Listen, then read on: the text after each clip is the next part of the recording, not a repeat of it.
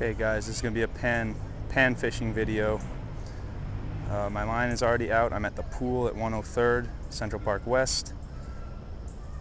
Got a panfish magnet, pink and purple, under a float, and I'm getting some bites. Don't really know where this is going to go tonight, except that I do have a product testing and review planned for later, but you'll find out about that. We're entering the dog days of summer here. I gotta go back to work soon. I have a couple other videos that I'm planning that are a little more involved than this one, but couldn't get it together for today, so we're just gonna try to catch some bluegill, some crappie, maybe even green sunfish or perch. I actually went fishing yesterday without the camera. I felt like it was something I kind of owed to myself, and it felt good. I did catch two bass. One was rather sizable. It was 1.84. I weighed it. But I think it's good for anybody doing these kind of videos to just had a bite there, to just take a step back every once in a while and remind yourself why you got into this. I mean, creating content and sharing it with everybody is great, but you know, there was a passion before you started making videos, before you started creating content. So it's good to get out there without the camera, and it takes a lot of pressure off too, worrying about whether your camera's gonna die or whether you're gonna catch a fish, whether you're just wasting your time. So anyway, that's my little soliloquy. Let's catch some fish. So I've had a number of bites on just 2 or 3 casts, and they're as expected. They like to hit it right on the drop. That's when you get your most bites, like, you know, within 10 seconds, 15 seconds of the float hitting the water. Kind of, I guess it gets their attention, brings them to the neighborhood. So there's my cast. Let's see what we can get right off the cast. There's up. So we did have a bite right off the cast, but no dice. Using a different kind of float today, not the traditional bobber. I forget what you really call this. It's not a pencil float, but I used these for the first time last summer in Sweden. The guy at the bait shop there said this is what you want for smaller fish. Okay, we got some action. No takers. I'd like to note right now that you are not allowed to use live bait in any Central Park lakes. So that adds kind of a challenge. I'm sure there's another bite. If we had live bait, it wouldn't be such a struggle. Worms or whatever. Still getting nibbles over there. So I'm pretty much just still fishing, but occasionally giving the line a little twitch just to get their attention. This body of water, the pool, actually has much more sizable bluegills and pumpkin seeds than does the Meer. I just saw something make a beeline for it. Saw the wake. Come on. You know, I was just talking to one of my fellow New York City anglers yesterday. I'm really curious how those Googans and other popular YouTube anglers would stand up to Central Park. I mean, we see Mike Iaconelli come to the Meer and he can't even catch a bass. He snags a carp. But I don't know, none of those guys seem too incredibly interested in coming here. And yes, I have actually invited several. Not to say that I expect them to take me up on it, but I'm just curious. I feel like Central Park is actually a good place to hone your skills because it's not easy being so pressured as it is. And, you know, the funny thing is, you know, as long as I can't shut up here, I don't think New York City, I don't think there's a YouTube fishing personality from New York City that has more than a couple. There's one. Oh, monster bluegill. Monster bluegill. Wow. Ugh. Right on cue, buddy. That is a huge bluegill. I might actually just weigh this because he is big. Wow.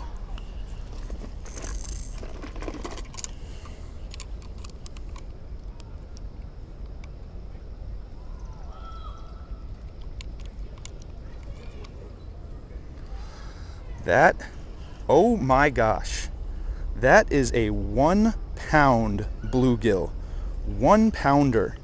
1 pounder. Take that, John B. Take that, Leo Shang. Take that, everybody. That's a 1 pounder right there. You come here and try that. I'm just kidding, of course. I love you guys. All right, wow. 1 pound bluegill. Ah, oh, great, cool. Let's keep going. Oh, they're biting a lot, but they're not committing to it. Are you allowed to keep the fish from here? No, right? No, it's only catch and release. Yeah, it's also, I mean, as a fisherman, it's a challenging time to fish with all this. I mean, not just the vegetation, but the fish get lethargic in like these really hot final days of summer, and they're not so hungry, so you really have to kind of entice them. Well, I wish I could, but that's another rule is live bait, no live bait. I'm not sure. I have two theories behind that. One is that it gives, since these are such highly pressured ponds, like a lot of fishermen fish here, that it gives us an unfair advantage, and so they're kind of given more, you know, tipping the scale for the fish. And then the other thought is, I know in some cases, even earthworms that come from another place, it's a potential like invasive species situation, or maybe not earthworms, but depending what people are using. You know, so I guess they just blanket term live bait so that you're not going to bring some minnow in that's going to, you know, kill other fish. But this one, so yeah, here most fishermen you talk to will say the panfish, like the sunfish, are big, or like on the bigger side, and the bass are on the small side. And then at the Meer, it's the opposite. The bass are big and the sunfish are usually very small. But they tend to hit it, like that one, not too, like pretty soon after it hits the water. It's another good bluegill. It's not a pounder. Wow. But it's another. Take a picture? Sure. Wow. Yeah, that's a good one. That's Ooh, something going on with its anus here, but colors. Maybe it's might be a breeding thing. Yes, I was just gonna say maybe it's eggs. Ugh. See, I don't know what's going on there, but we're gonna let this guy. The beautiful colors on this one. Yes. All right. Yeah, not a pounder, but another big one. Like this is pretty big. But it's beautiful. That Yeah. makes up for it. Oh, okay. He should check out if you're into fishing. One of my YouTube mentors. I mean, I don't know him or anything, but this guy. It's called Extreme Philly Fishing. Okay. This guy named Leo Shang, and he is a multi-species angler. Okay, great. And so he goes for anything and everything, including tiny microfish. And I think he's up to like 180 species that he's caught now. Oh my God. And that's anything from a tiny like mosquito fish to like a big ray or a shark or something. Are you a YouTuber? I am. Oh. I only have 22 subscribers, but you're welcome to check it out. It's called the Big Red Angler. Okay, sorry I didn't get the bite on that one, but got another nice bluegill. Another good one. Not a pounder, but still, these are nice meaty fish in here. Look at that guy, monster.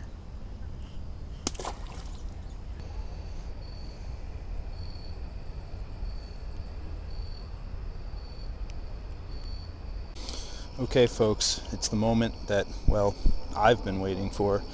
I'm gonna test a new product, new for me anyway.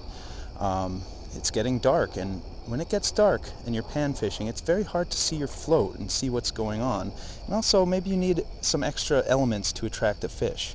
So I present to you the night bobby. Now wait for it.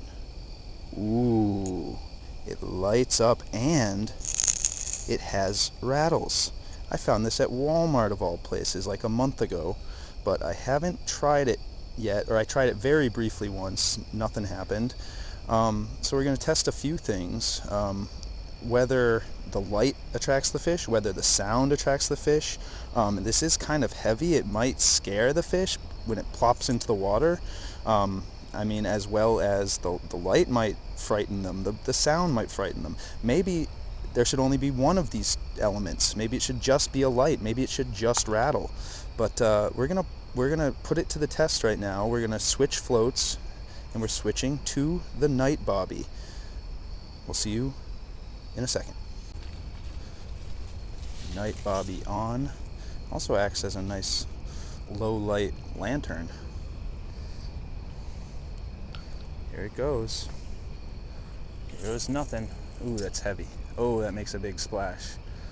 See, I would think that that's gonna scare fish, but just making sure you can see it out there. Well, it's very visible, and the rattles, you can hear the rattles from far away, so I'm assuming they can hear it underwater. The light can also help you see whatever vegetation's stuck to your lure so you can take it off. Okay, so the night bobby keeps sliding up the line, at least when I reel it in, which I don't want it to do because then it just comes flush with the lure, and that ain't helping anybody. But maybe while it's out there it stays a good distance away, just when I reel it in. Okay, so far, a couple issues with this night bobby. Number one, it is heavy, and so it makes a really big plop when it hits the water, and I think it scares the fish. Second of all, I'm having trouble getting it to stay in one spot in the line and not slide up and down, but I think I just readjusted it, so maybe that won't be a problem. And I'm also still worried that the light and the rattles are having the opposite effect of attracting the fish, and it might just kind of make them scared and skittish. But I'm at a spot now where it's just all covered with algae, not the bad kind. So I'm thinking, well, then I can see the light, you know, as a visual tool for me, but maybe the fish won't see it because it'll be, you know, above the algae. So let's see what happens here. Guess I could tie it. Let me try that. I'll just tie the line on. Okay, well, it didn't slide down, so that's good.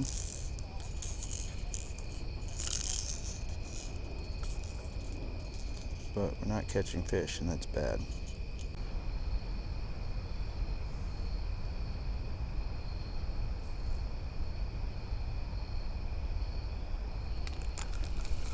Ooh.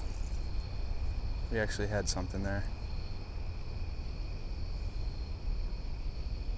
Well, I just lost one of the batteries for this thing. Somehow it fell off. The bulb part fell off the screw, came unscrewed, and one of the batteries is missing. I'm pretty sure it was 2 batteries in here. Yeah, Had to be. Oh, this is a pain. Well, as I look, let me tell you, I think the iBobby has potential. I think it's a little too heavy. I'm sure there's other like either glowing or lit up bobbers out there on the market, but I guess the thing that makes this unique is the rattles. But still, I think you could make it a lot lighter. Aha! Found it. Back in business. So we're gonna go to the Meer and do a little bit more testing with this baby. So I just wanted to note so that if you do have an iBobby, and to prevent that from happening to you, when you turn it on, you're just screwing it tight, and then to turn it off, you screw it loose. So when you're turning it off, don't screw it too loose, or you can risk the light part, the bulb, just falling off, and then that opens up the batteries, and you might almost lose a battery or lose one, like I almost did. So just a word of caution for all you iBobby files out there. So when that light goes under, that means yeah. that's how it works? But the thing is, it's so heavy that I don't know if they're gonna pull it under. Like, that might be one of the problems with it. The problem is too heavy, yeah. Because they'll feel that resistance and they'll run away. Yeah. Why did somebody give you this product to test? No, I bought it like a month ago, but I haven't used it. You just want to make a video out of it? Yeah. Oh! Oh! Something took it. At least one of them was not me. Holy sh**. All right, good. I got it so that this doesn't keep sliding down. That was my initial problem. It was sliding down? Yeah. I probably just didn't put it on the right way. But yeah, it's... My big complaint... Oh, sorry. Is I really don't think it needs to be this heavy. Like, I feel like the technology exists. You could still put rattles and a light in there.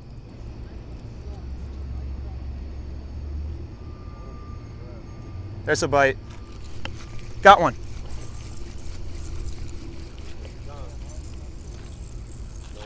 Bass. No, crappie, crappie. Nice. The iBobby. Monster, bro. All right. Hey, He's got a monster, nice crappie. guys. He has a monster. Look at this. With the iBobby. Look at this. Whoa. Rare. So that's a hefty crappie. I do, but I want to, here, I'm going to keep him in the water for, oh shoot, this is where it shocks you, dude. Want me to do it? Don't let go of him, though. No, it's good. Side's the good See side. if he's at least 12 inches. I caught one 12 inches.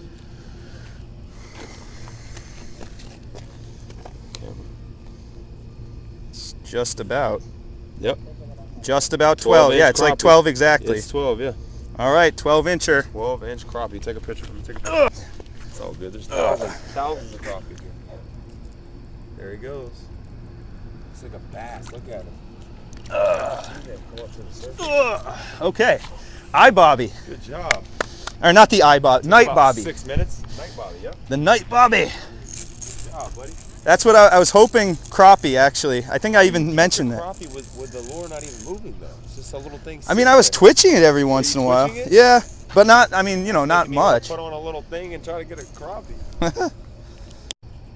All right, so we're kind of we're running a little low on batteries, and I don't want to leave you without you know, kind of putting a conclusion onto this night bobby review or test, whatever you want to call it. I like it. I think, you know, it's a little heavy. It really kind of plops in the water, but it really takes a lot of the guesswork and frustration out of float fishing at night. So you know, so far I've caught that big crappie, and I think it can catch more fish, crappie or otherwise. So, and we're getting a bite right now. Just tentative little little bobs, but yeah, I mean, we've proven tonight that there are definitely fish that aren't scared of the thing. I think that crappie I caught had heard me rattle it a few times, so there was the light as well as the sound that potentially attracted it. So I'm gonna give this 3 out of 4 stars. I thought it was kind of gimmicky. I didn't think it would really help me catch fish, but I'm kind of into it. So I'll turn record on if we have another fish on, but otherwise, hope you enjoyed it. Hope you like that big ass bluegill, and see if we can get another one for you. But if not, we'll see you next time.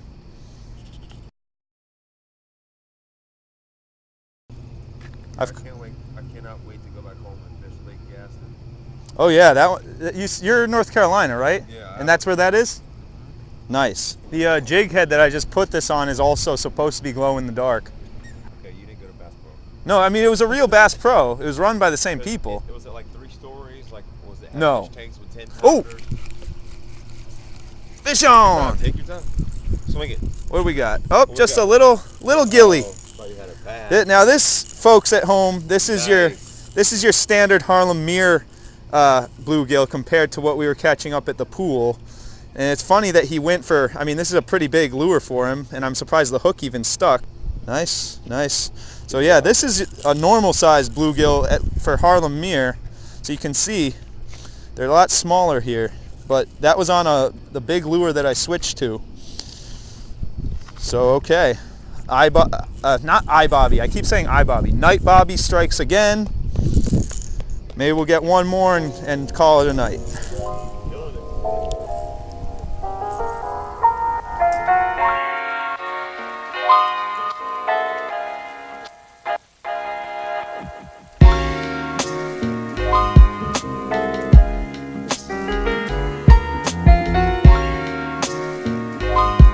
Filming, here we go. We got a sock. Now, Not the first sock. I've pulled a sock from here too. Yeah. Oh, there he is. Oh man, look at this rat.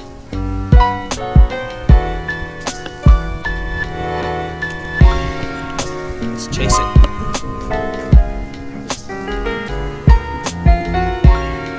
There he goes.